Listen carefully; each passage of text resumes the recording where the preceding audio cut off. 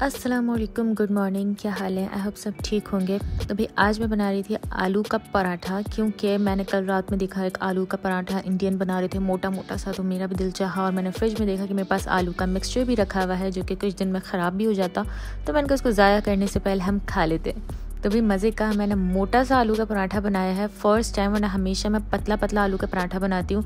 Indians को देख के मोटा बना लिया। आई होप ये अच्छा ही बनेगा। बहुत थोड़े से ऑयल में प्रेस कर करके मैं अपने पराठे को अच्छी तरीके से सेक लूँगी और अब मैं इसको खाऊँगी मज़े से दही और अचार के साथ। मेरे पास दो तरह के अचार हैं तो मैं दोनों ही यूज़ करूँगी क्योंकि दोनों ही मुझे अच्छे लगते हैं और मुझसे सब्र नहीं हो रहा था। मैंने किचन में खड़े खड़े आपको टेस्ट करके बता दिया। अच्छा था पर मोटा मुझे ज़्यादा अच्छा नहीं लगा। खैर मैं आगे इसको छोटी सी टेबल पे ले गई और अपना नाश्ता एंजॉय किया।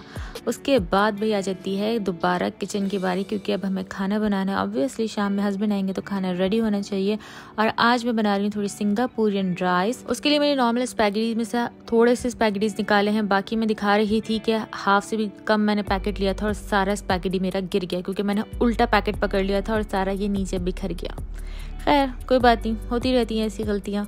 उसके बाद मैं हाथ से ट्राई करी थी इसको मैं अंदर प्रेस कर दूं, लेकिन मैंने कहा स्टैंड करते करते हमारे उंगली ना जल जाए तो स्पून ले लिया जाए और उससे हल्के हल्के इसको घुमाते रहो ताकि ये जल्दी से पानी के अंदर चली जाए, वरना आधी बॉयल होगी और आधी तो हम कच्ची खाएंगे फिर। खैर फाइनली हमारी स्पैगेटी अच्छी तरीके से पानी में डिज़ोल्व होगी। उसको मैं थोड़ा हिलाती रही क्योंकि चिपक ना जाए। और उसके बाद मैंने निकाली थी वेजिटेबल्स। कल जो बड़ा सा गोबा लिया था वो इसीलिए लिया था क्योंकि मैं काफ़ी दिन से ट्राई कर रही थी और गोभी रह गई थी सिर्फ लाना, और वो मैं कल ले आई हूँ।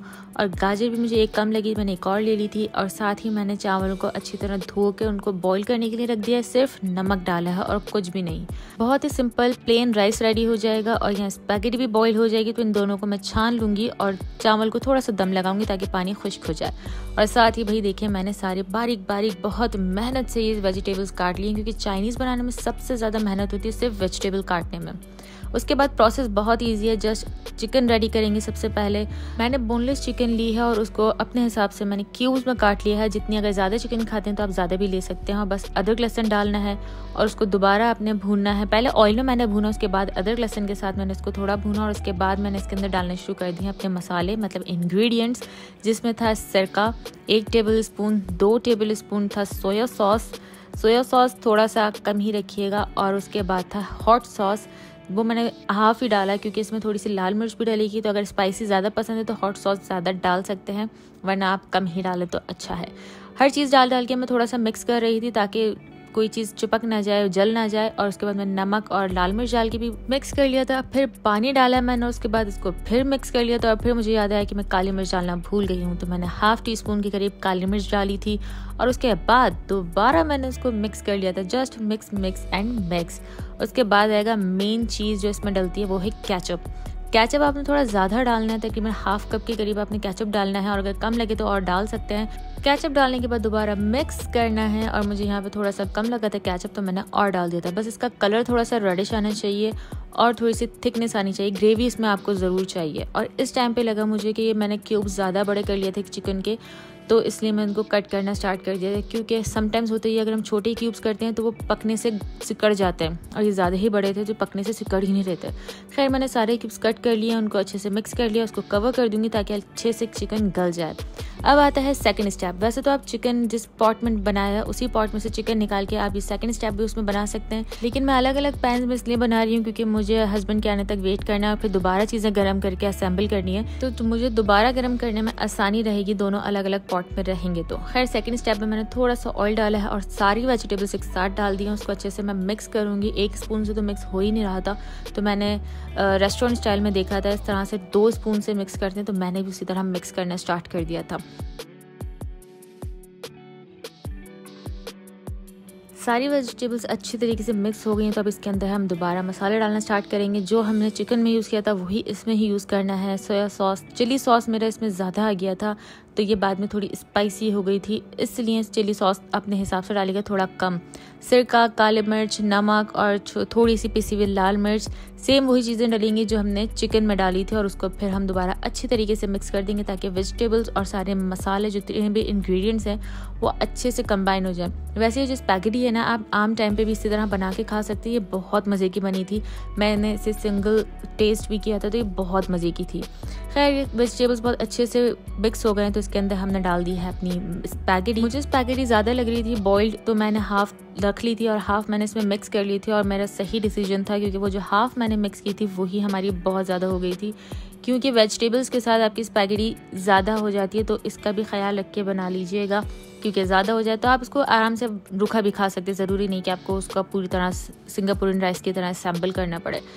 खैर बहुत अच्छे तरीके से आपने इसको मिक्स करना है ताकि स्पैगेटी भी अंदर अपना फ्लेवर लेगी इन सब चीज़ों का जो हमने इन वेजिटेबल्स में डाला है। उसको थोड़ी सी देर मैंने इसको दम पे भी रखा था और उसके बाद हमारी स्पैगेटी हो गई थी रेडी।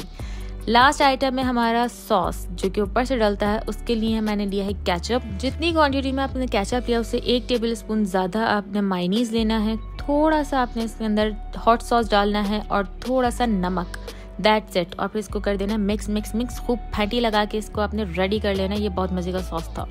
खैर उसके बाद मेरे हस्बैंड आ गए थे और फिर मैंने इसको असेंबल करना स्टार्ट किया है। सबसे पहले मैंने रखे हैं राइस।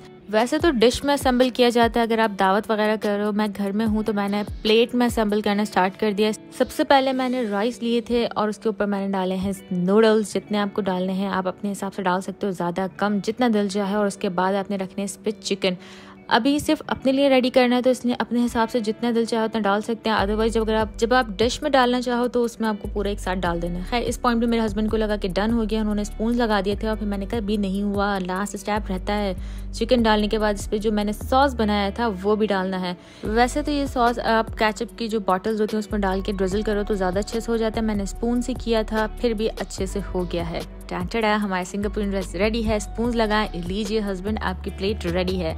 उसके बाद मैंने अपनी प्लेट रेडी की थी और मैंने अपने में थोड़ा सा सॉस ज़्यादा डाला था क्योंकि मुझे सॉस अच्छा लगता है इसलिए। और अब बिल्कुल सब्र नहीं हो रहा था कि मैं खाना स्टार्ट ना करूं, इसलिए फ़ौरन से मैं इसको लेकर आई दस्तरखान पर खाना स्टार्ट किया। सबसे पहले मिक्स करना बहुत ज़रूरी है क्योंकि चिकन और जो सॉस है वो जब तक राइस में अच्छे से मिक्स नहीं होगा ना, आपको फ्लेवर्स नहीं आएंगे अच्छे से। और सीरियसली ये इतने मज़े का बना था ना, इतने मज़े का मैं बता नहीं सकती हूँ।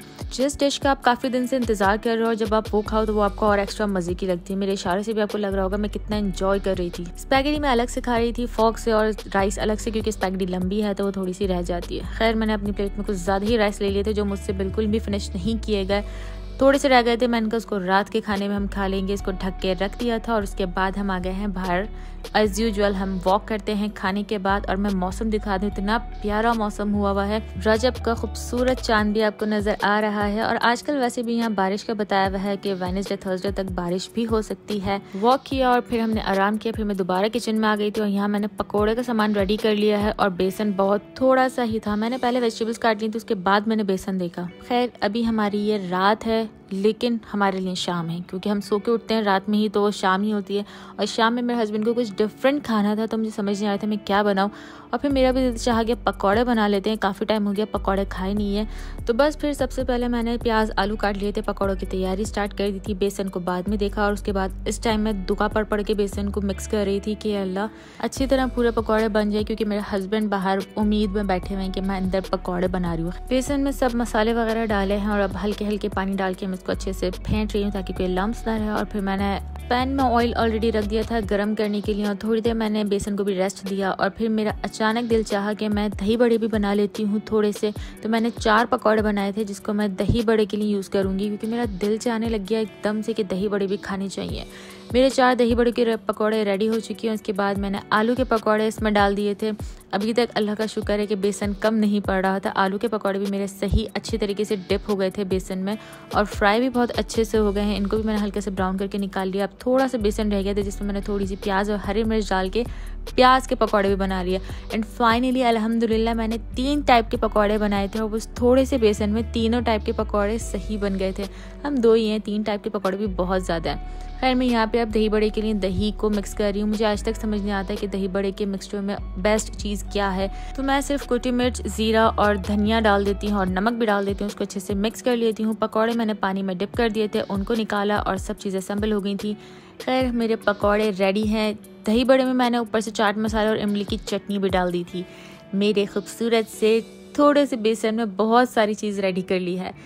अब आ गई मैं रूम में लेकर। पकौड़ों को मेरे हस्बैंड डाले हैं चाट मसाला और मैंने स्टार्ट कर दिए थे अपने दही बड़े खाने, क्योंकि सबसे पहले मुझे इसकी क्रेविंग हो रही थी। आज तो ये भी बहुत मज़े के लग रहे थे क्योंकि काफ़ी टाइम बाद, आई थिंक रमज़ान के बाद मैंने आज दही बड़े खाए थे। और उसके बाद सबसे पहले मैंने ट्राई किया प्याज का पकौड़ा, उसके बाद आलू का पकौड़ा, और हमने यहाँ बैठ के पकौड़े एंजॉय किए। उसके बाद मैंने पूरा किचन क्लीन किया था और अब हो गई हमारी गुड नाइट। मिलते हैं नेक्स्ट वीडियो में। अल्लाह हाफ़िज़।